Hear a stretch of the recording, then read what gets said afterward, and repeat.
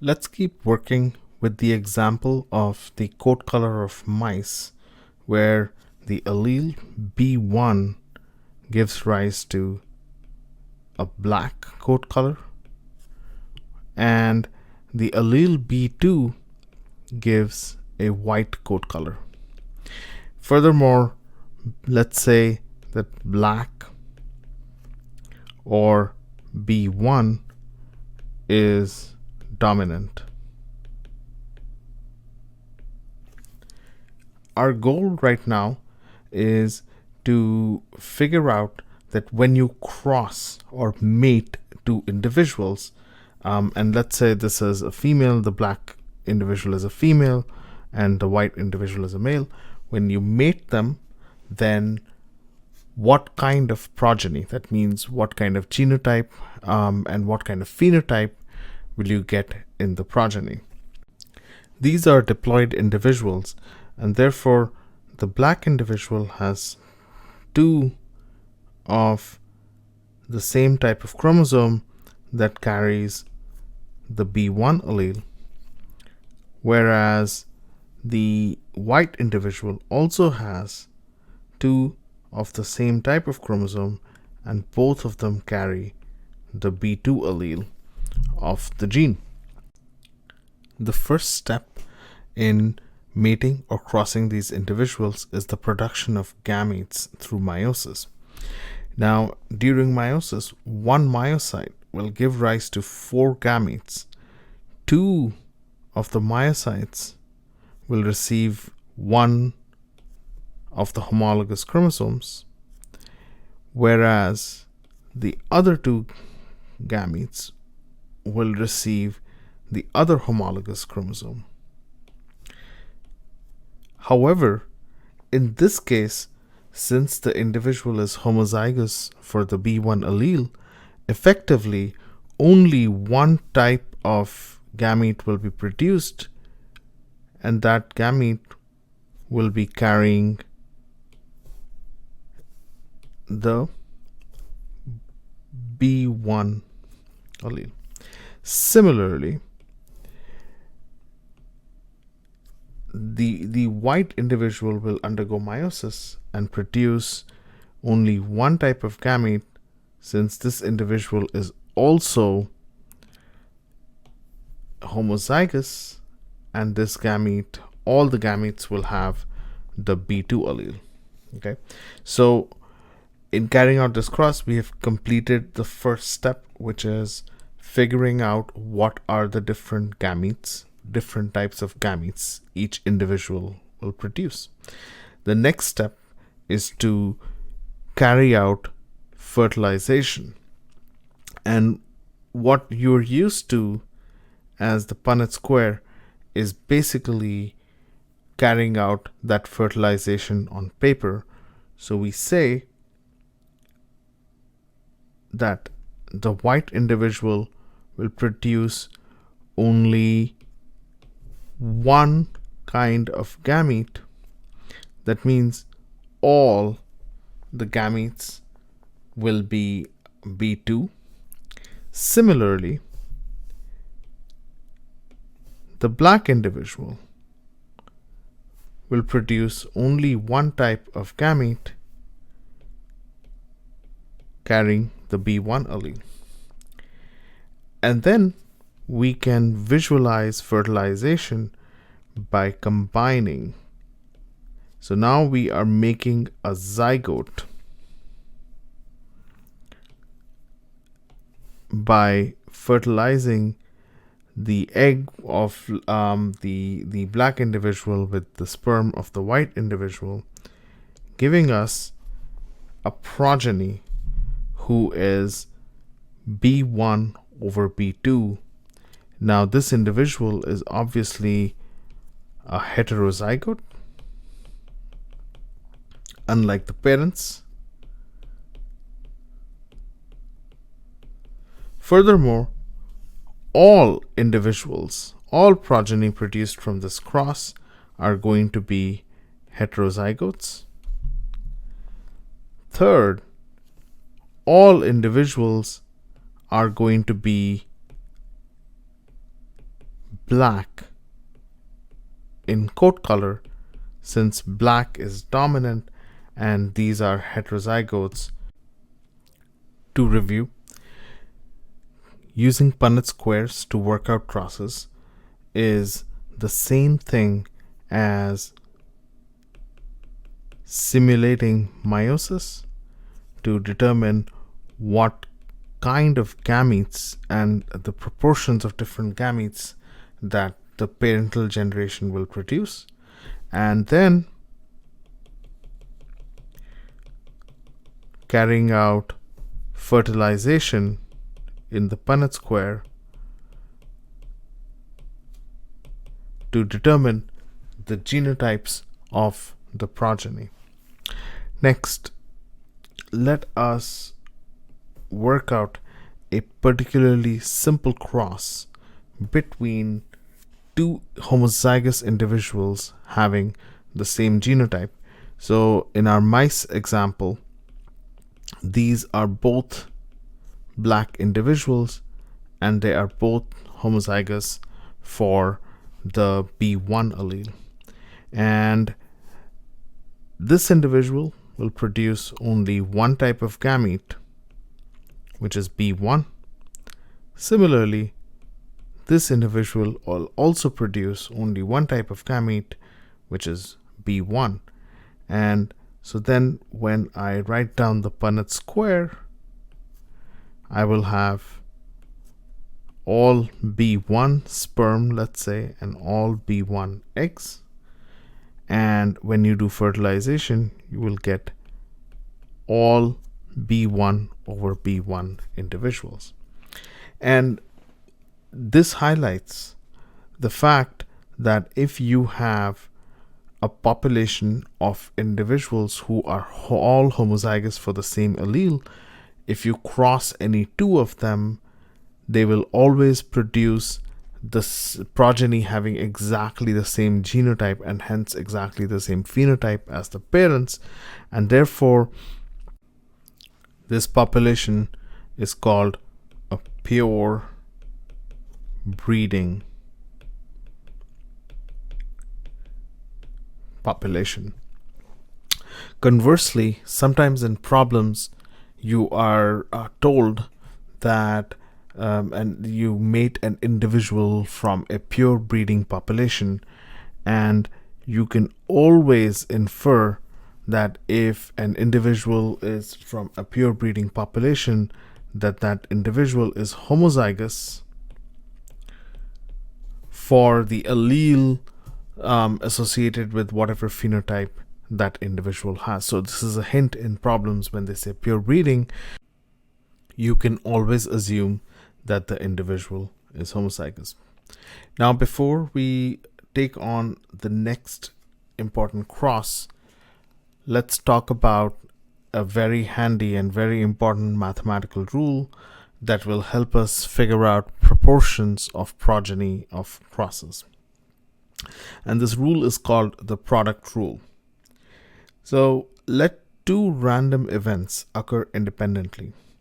So these could be any events that are random, for example, tossing a coin, rolling a dice, or the random meeting of a sperm and egg during fertilization. Let the probability of random event 1 be P1. Let the probability of random event 2 be P2.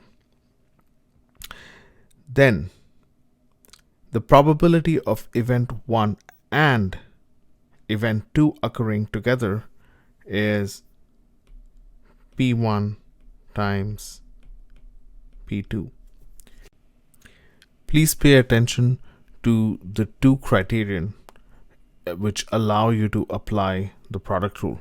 The first thing is that the events should be independent of each other.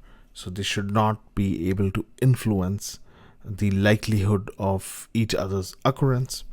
And the other important criterion for the application of the product rule is that you are computing the probability of event 1 and event 2, both events occurring together. So let's do an example, and let's say the probability of getting a heads on a toss is half. So it's a fair coin, and I toss the coin twice. And the question is, what is the probability of 2 heads?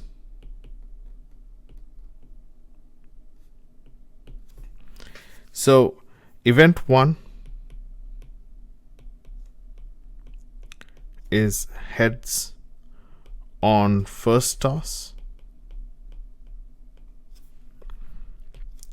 Event 2 is heads on second toss. Okay. And what we would like to know is, what is the probability of event 1 occurring and event 2 occurring as well, which means that you got a heads on the first toss and you got a heads on the second toss. And that satisfies the second criterion, that it has to be the 2 events occurring together. Is the first criterion satisfied? Yes. Whether I get heads or tails on the first toss does not influence whether I'll get heads or tails on the second toss, and therefore the 2 events are independent, and therefore I can take the probability of getting a heads on the first toss and multiply it by the probability of getting heads on the second toss to obtain the probability of getting 2 heads in a row using the product rule, which would be a quarter. So there's a 25% chance that I will get 2 heads together. Next, let us use the example of the black and white mice to work out a really important type of cross called the monohybrid cross. Now, to remind you, B1 over B1 mice are black, B2 over B2 mice are white, and B1 is dominant in our example. Now, a monohybrid cross is called such because mono means it's a single trait, and in this case we are dealing with the single trait of the coat color of mice. And it's called a hybrid because it's a cross between 2 heterozygotes.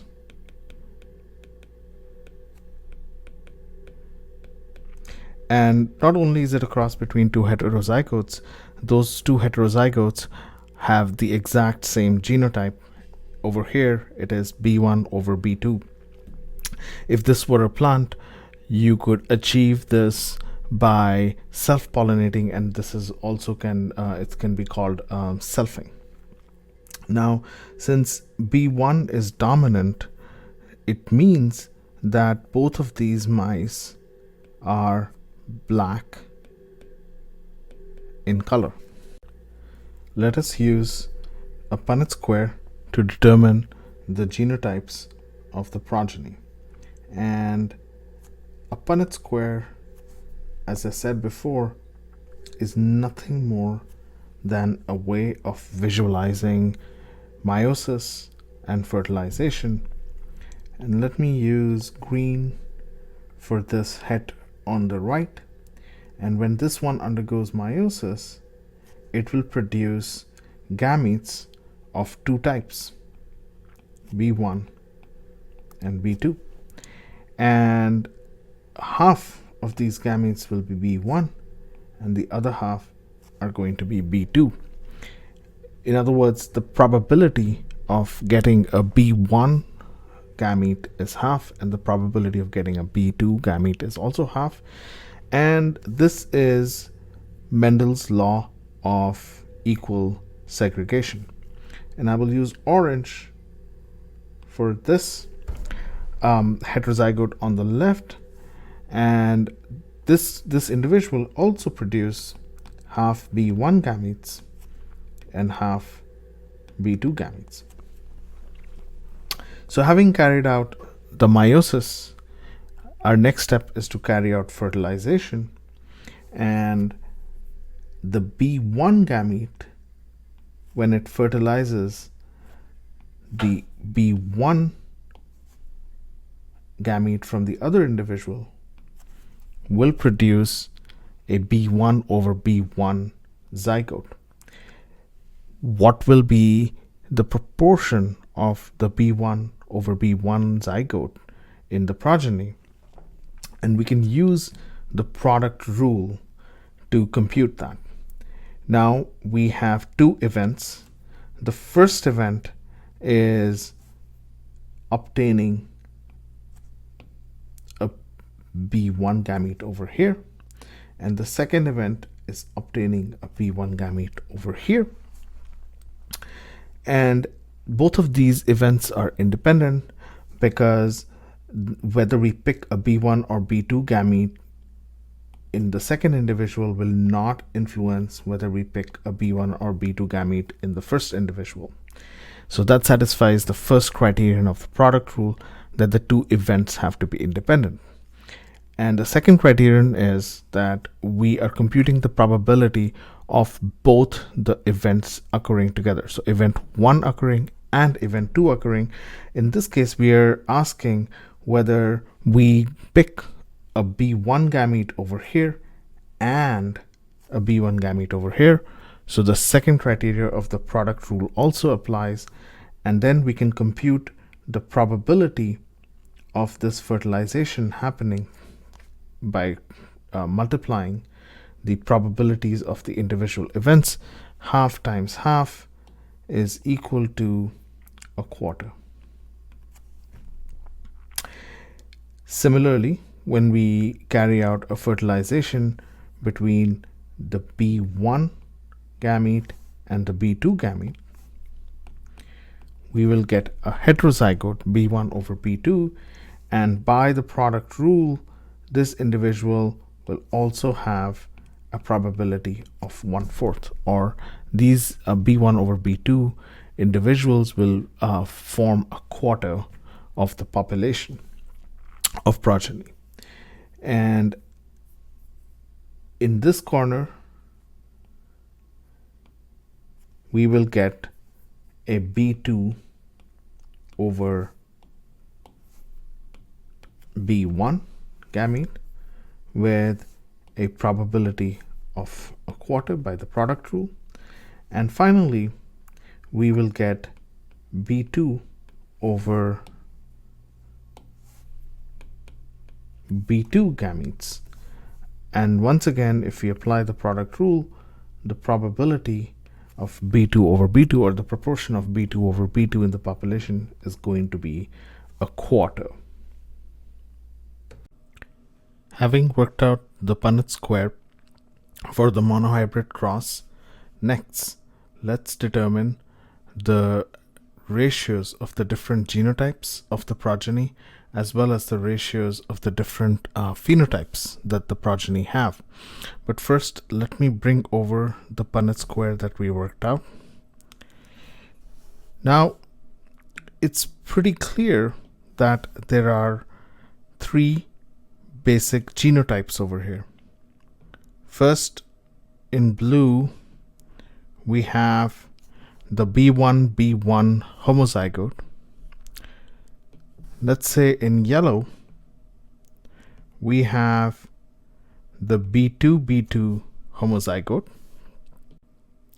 And in pink, we have the B1 over B2 heterozygote.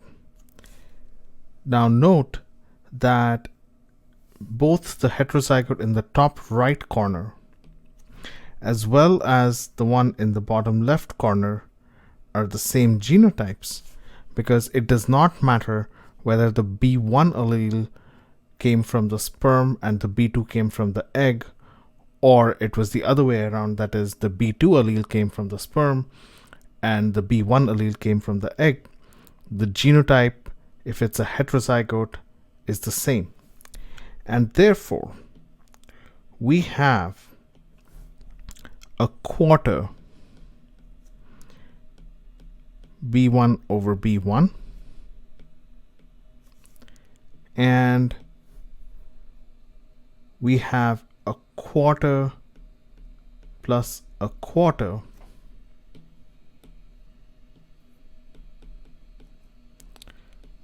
which is half heterozygotes.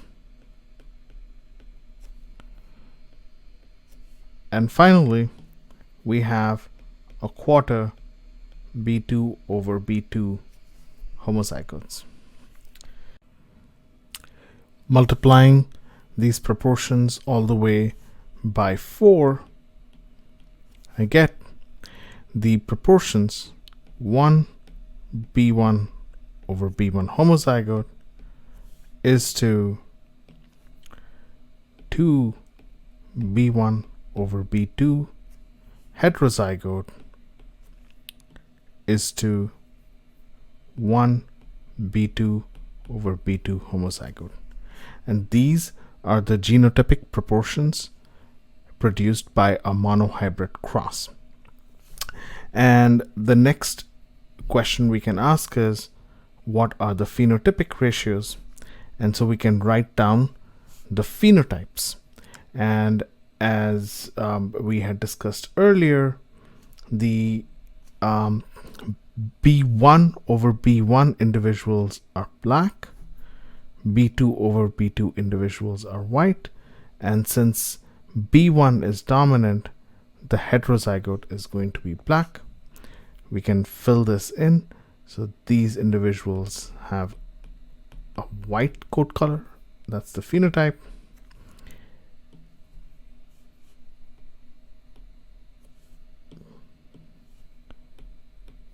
And the hets have a black phenotype since B1 is dominant.